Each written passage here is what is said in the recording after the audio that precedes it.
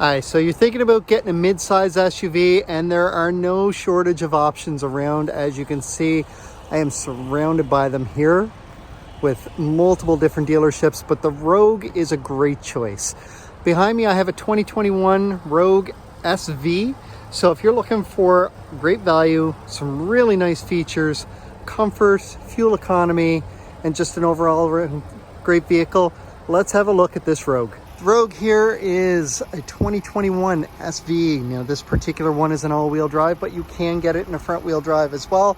The only difference is going to be the all-wheel drive system, as well as a dial that we'll see on the inside of the vehicle. We have a 2.5 liter 4-cylinder engine. It's got 181 horsepower and 181 pound-feet of torque, and we've got LED lights all throughout the front here, which is really nice. 18-inch tires on this. What I want to point out before we get inside the vehicle though, in behind my Nissan emblem here, there is a radar, because with this you have automatic emergency braking as well as forward collision warning. So the way that that's going to work is your forward collision warning, you're driving along, there might be a vehicle ahead of you that's turning onto a side road. You're going much faster than they will be going around the turn, and because you're closing that gap really fast inside the vehicle, it is going to beep at you and flash a warning on your driver assist display screen. That vehicle will finish rounding the corner, and then everything else continues on as if it never happened. The automatic emergency braking is the next step if something were to happen. So for example, you're driving along, the car in front of you jumps on the brakes for whatever reason. Inside the vehicle, it will beep at you and it will flash that warning on the driver assist display screen. However, it's also going to push the gas pedal back against your foot a little bit, but you're not going to feel it because your foot's going to be lifting to go to the brake. If you do not get to the brake fast enough, the vehicle will start to apply the brakes for you to help avoid or minimize an oncoming collision. Now, up in the windshield here, I can see that I have a camera just up here. That camera is going to work your pedestrian detection, which is going to work the exact same way. Now, with your pedestrian detection, the only difference is it's going to happen a whole lot faster, and instead of starting to apply the brakes, it's going to fully apply the brakes. That camera is also used for your lane departure warning. So as you're driving along the highway at 60 kilometers an hour or higher and you start to drift out of your lane, it's going to read the lines on either side of you as you're driving along. And if you start to drift out of your lane, it is going to vibrate the steering wheel. That's called a haptic steering wheel. It does this to let you know that you're coming out of your lane, but if you signal beforehand, it knows that you're intentionally moving, so nothing happens. Now, we also have adaptive cruise control in this, which is going to be using that radar in the front again, just to maintain a preset safe distance from the vehicle in front of you, and you can adjust that. We'll have a quick look at that inside. It's also going to use that camera up top there for our Pro Pilot system that we'll talk a little bit more inside the vehicle as well. Another safety feature on the vehicle is going to be our blind spot indicators, which are little triangles out on the side mirrors here, and they will light up a dull orange and stay lit up as long as part of a vehicle is in your blind spot here, and that's all run based on sensors in the rear quarter panel. You do need to be traveling at 32 kilometers an hour or higher with a moving vehicle in your blind spot in order for that to trigger. While it's lit up, if you signal to go the same way, so if my driver's side is lit up and I signal to go left, that indicator right there is going to start to flash, and it is going to beep at me inside the vehicle telling me, have a look over my shoulder. There is a risk of hitting the vehicle there beside me. In the back here, we're going to have a look in the trunk for the storage area, and my key is inside the vehicle, so I'm going to grab that right quick and we'll unlock this. There we go. So in the storage area in the back of this, all kinds of room. You see the tonneau cover comes standard, very easy to pop out. You just push down this little clip and it comes out and everything will move with it. Lots of storage area here, much more than the previous generation. And then underneath is my spare tire, and it's not quite a full-size spare tire, but it is a really nice size tire. And then that goes back in there, and to go with that, my jack is over here. Now my tire iron is underneath with the spare tire, but this is all right here in the back. Nice and easy to access everything, very easy to get to.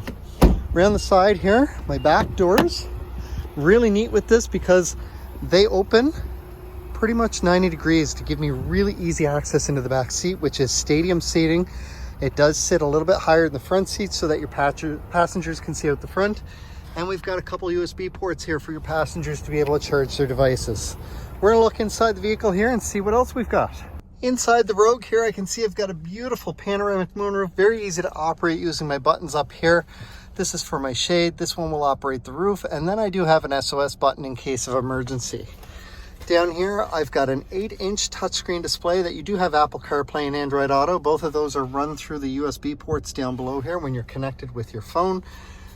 Full touchscreen. Satellite radio is free for the first 3 months. After that, if you don't want it, if you do want it, just go to channel 1, which is the preview channel. There'll be a toll-free number displayed on the screen there, and you can just give them a quick call for that. Now, I do want to show you the backup camera on this.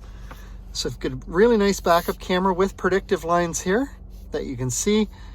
When I'm backing up, anything that gets within these hash marks here, it's going to start to beep at me. That's one of your safety features for your rear sonar.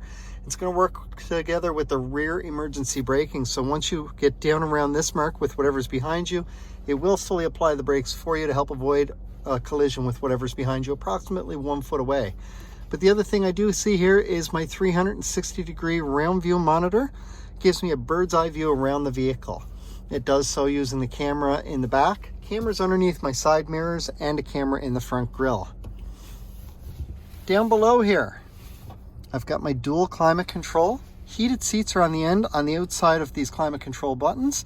I've also got a heated steering wheel right here. So what we recommend, and you can see the dual is set up, so when your passenger gets out, just hit sync, everything will back to the driver's side, and then when you hit auto, find a temperature that you like, and then you'll never have to worry about setting it anymore after that. Our gear shift is a bit different. Now, as a result, we do have some storage underneath here. This is new. Now, with my gear shift, I want to grab this and push in the side button, pull all the way down, let go, and I can see I'm in drive, and it shows me up here as well. Now, if I do the exact same thing again, I'm still in drive, but now I have manual shifting with my paddle shifters here on the steering wheel. If I move forward 1 notch because I'm already down in drive and then I hold, I'm in neutral. Very easy to get to. And then if I do 2 notches up, it puts me back into reverse. For park, I'm simply going to push down on the park button, and that's going to put me back in park.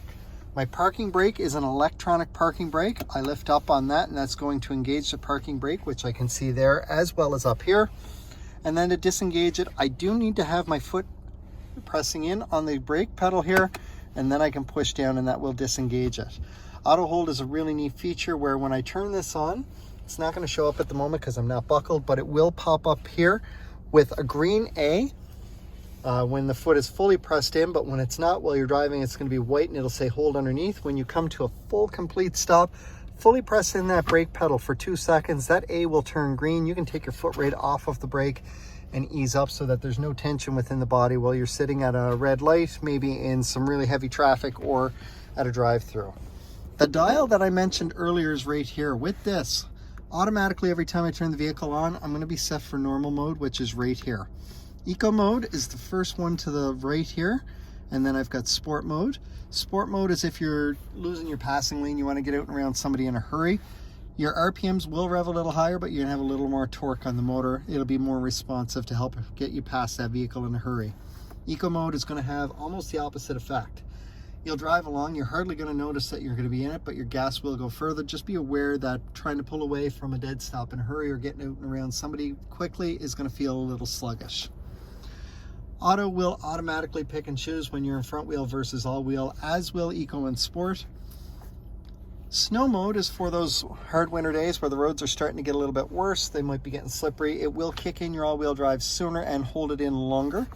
And then off-road mode is maybe you're traveling down a dirt road or a road that's got a lot of sand. It will allow the front wheels to slip a little bit before it actually kicks in the all-wheel drive system, but then it will hold it in much longer. Now, for each of these, it seems like a bit of a distraction to try and look at this while you're driving. However, while I'm driving, if I've got my hands on the wheel and I use my right hand and I turn that dial, it does pop up on the screen here just to show me what mode I'm in. That way I don't need to be looking down. My center console is a butterfly style console, so it does open up. And if there's anything, so if my passenger has their arm on one side, it will only open the other side. Bluetooth hands-free is going to be right here on my steering wheel.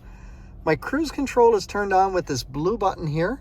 Now with that, you have adaptive cruise, as I mentioned, and you can set the distance for it. Now this particular vehicle is set for 1 car length plus safe distance, which, just to give you a bit of an idea, at 100 kilometers an hour, 1 car length plus safe distance is approximately 2.5 car lengths. If I push this button here, it'll jump back up to 3 or 2 or back down to 1.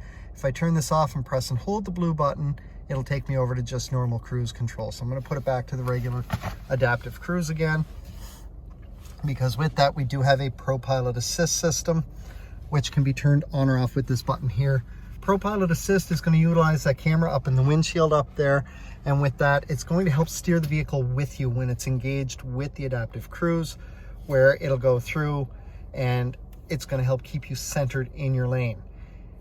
It's a great system, was primarily designed for long drives or late night drives, but very easy to operate and very easy to turn off if you don't want to use it. On the left side of my wheel here, I've got my volume for my radio. These two buttons are going to go through my presets, and I'm going to jump us back to the home screen here just so that we can see. Now my OK button with the arrows around it and the dial is going to move around the different screens, as you just saw. To go through my presets, if I hit my left or right button here, I can see on the bottom of my screen, it's changing my presets as well as over here on my display. Now, because there is an up and down arrow here, I can use my scroll dial to go through different screens here. Now, in this case, it's just a blank screen. I'm going to go to the right. We add a digital speedometer along with our radio info on the first screen. Our second screen gives us some other options here. Third screen is going to show me my tire pressure as well as when I'm in front wheel versus all wheel.